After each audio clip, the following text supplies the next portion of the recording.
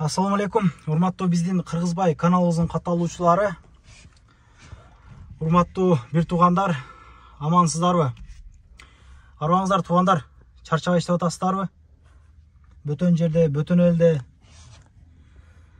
ар кандай случайлар болуп калат экен. Москвада жүрөбүз мына 29-нан 30-июнга өткөн түнү бир Бектур деген жердешибизге, тууганыбызга полициядан болом деп жазышып, азыр тактайбыз чалып. Телеграмдан жазганбы, WhatsApp'тан жазганбы, сен ошол телеграмдын мыйзамдарын бузуп атасың, мыйзамга дал келбеген иш кылтасың, сен ошол 5000 котор деп коркутуулар болуптур. Анан юристтерден мен чалып сурадым, бул кандай, ушул полицейский WhatsApp'тан жазып же телеграмдан жазып тыйын котор десе болобу, бул мыйзамга кандай дал келеби депчи. Негизи 21-кылым нереальный нерсе. Негизи мындай эле ойлоп караганда, көрүнгөн адам жазып, мен полицейскиймен, мен скоройдо иштеймин, анан бир депутат элем деп бирөө жазып, акча коркутуп, акча котор деп айтса, бул өтө туура эмес негизинен. Ошого туугандар, эгер кимдир бирөөлөрдө ошондой случайлар болуп калган болсо, ушуну менен ачыгын айтайын, үстүндө Кудай турат. Экинчи звонок болду. Бир күнү дагы бир тууганыбыз ушул боюнча чалды эле. Анан анча эле чын айтканда майны бере берген эмес элем. Мунусунда бул Бектур тууганыбыз элге бир айтып коелук, мошенничествонун ушундай түрлөрү чыгып кетиптир. Бир туугандарыбыз алданып калбасын, сиздерди элдер көрөт, чыгарып бир айтып коеюн дегенден мына мен азыр чалган турам туугандар. Толугураак маалыматты чалып бир билип берейин. Эгер ушул маселени көңүл кош карабастан бүтүрүп беремин, акырына чейин чыгып берем деген юристтер же башкалар мени көрүп аткан болсо, мен дайым менин номерим өдөгө коюп койгом, Кыргызбай деп жазылып турат. Анан ушул убакыттан пайдаланып айта кетсем, Сираж Адилов деген жигитибизди тааныйсыздар. Көптөн бери документация боюнча элге көптөн бери маалыматтар берип келет. Ошол Алла разы болсун Сираж Адиловдон колл-центр ачып коюптур. Эгер кимдир бирөөлөрдө ушундай случайлар түшүнбөгөн, документация боюнча түшүнбөгөн маселелер болуп калса, ылдыйга Сираж Адиловдун 24 саат бою консультация бере турган адвокат, юристтердин номерлерин бул жерге коюп койгон туугандар. Максималдуу турда ушул видеону группадан группага таратып коюңуздар. Жөн эле карапайым эл алданып калбасын туугандар. Эгер ушундай адманкалар болуп, бирөөлөр жазып же коркутуулар же талаш тартышуулар болуп калса, түшүнбөсөңүздөр, өз укугуңуздарды билгиңиздер келсе, мисалы чалсаңыздар толук түшүндүрүп берет. WhatsApp'тан чаласыздар туугандар, или жазасыздар. Жөн чалсаңыздар болбойт экен. Номерлерин коюп койгом туугандар. Кандайдыр бир түшүнбөгөн маселелер болсо, чалып сурап документ боюнча маалымат алсаңыздар болот. Так маалыматты айтышат. 24 саат бою кызматта. Сираж Адиловдун юристтери. Ассаламу алейкум, Бектур, кандайсың? Алейкум ассалам, жакшы, өзүңүз кандайсыз? Жакшы, ден соолуктар жакшыбы? Шүгүр, жакшы, рахмат, Шүгүр, Алла разы болсун. Негизи эле көпчүлүк мындай теманы YouTube'га чыгарууга коркушат. Өзүң эле айтып кой, өзүң эле жеткирип кой элдерге деп айтышат. Алла разы болсун. Мен күйдүм, башкасы күйбөсүн деп көңүл кош карабастан мына саат 12-ден 44 өттү түнү, 1-июл бүгүн. Мага бир 10-15 жолу чалдыңар. Алла разы болсун. Мына ушинтип связга чыгып атасыз. Кандай болду эле башынан бир тагыраак маалымат айтып берсек, бизди 100 миңдеген, 200 миңдеген биздин мекендештер көрүп атат. Ассаламу алейкум, кыргыз амансыздарбы? Алла разы болсун, ушундай кабар жетип турган. Бирок чын айтканда эч бир менде нарушение же болбосо башка нерсе причина жок болчу да. Анан телеграм аркылуу мага давление түштү, ушундай. Мен жумуш издеп аткан болчумун негизи. Жумуш издеп аткан элем. Ал түрлүү давление телеграм аркылуу арыз түштү деп ушундай нерселерди коркутуп, либо 7 жылга түрмөгө кетилесиң, либо 5 миң төлөйсүң деди да. Мен акчаны көзүнө караган жокмун, мен тынчыраак уктайын депчи, ошондо. Түнү жазды ошондо. Түнү. 5 миң отурсам, андан кийин дагы экинчи давление бар, экинчи арыз бар деп туруп алды. Аны да эч нерсеге карабадым. Ошондо мен 5 миң отурсам туруп эле Ал мен сол çalам, telefonda aldı, turup aldı. Çaldı, aldı. Video kameradan çaldı mı? Eşittigeni көрсөтпөйт, удостоверенияларын көрсөтпөйт, эчтегени көрсөтпөйт да, өзү бети дагы көрүнгөн жок магачы. Туруп эле ушундай 20 миң акча которгон, ал мен бир аздан кийин кайра өзүңө 20 миң которуп коем дейт. Бул жерде мен эч нерсе түшүнбөдүм менчи. Туруп опер жөөтөм ал. Ментерден алып таап келетсен, илден yazı баары үйдө атышат. Кечинде кыргыз отурасың деп туруп алышты. Мен ошол ойдон жооп берген жокмун, жазган да жокмун.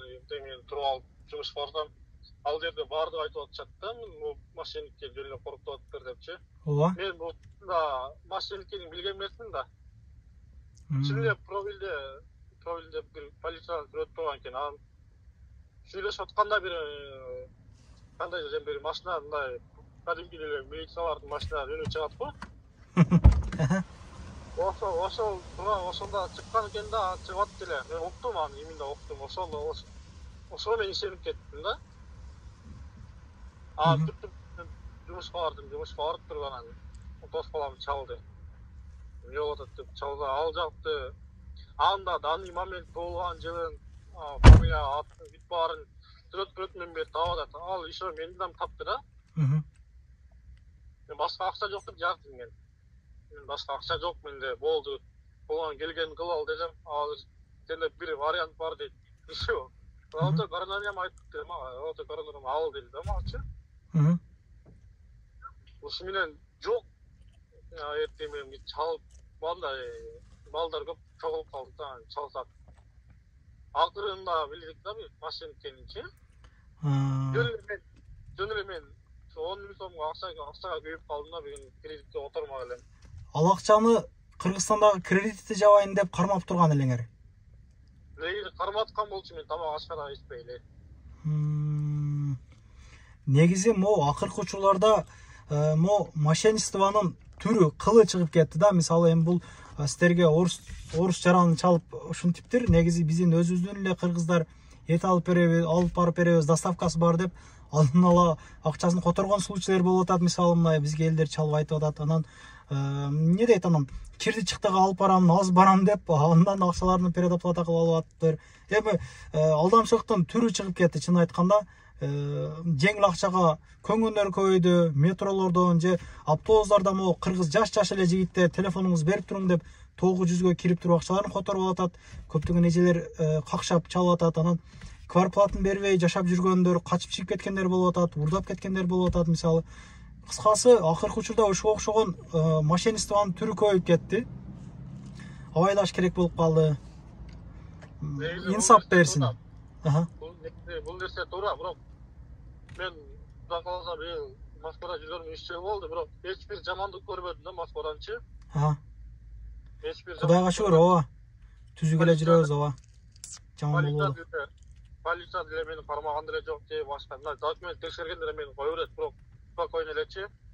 Бирок мага опасный болгон жери, бирок мен таң калган жерим ошол биздин сүрөттөрүбүздү, либо биздин болгон жылыбызды анан сүрөттөрүбүздү таап атат да буларчы.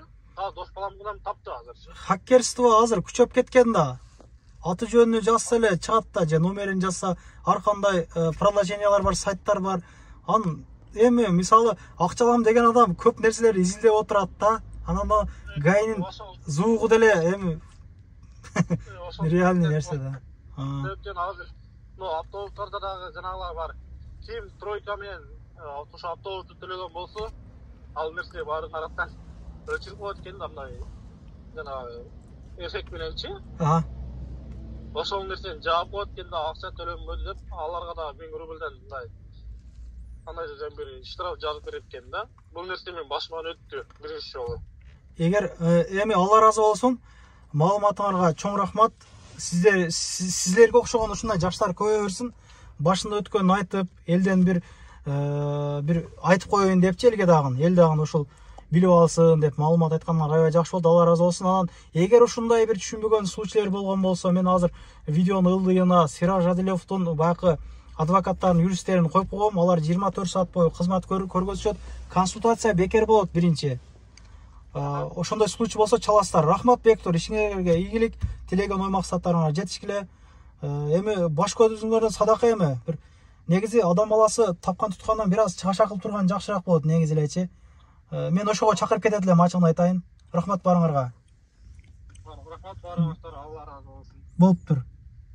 Мына ушундай туугандар мошенничествонун кылы түрү чыгып кетти. Абайлаңыздар.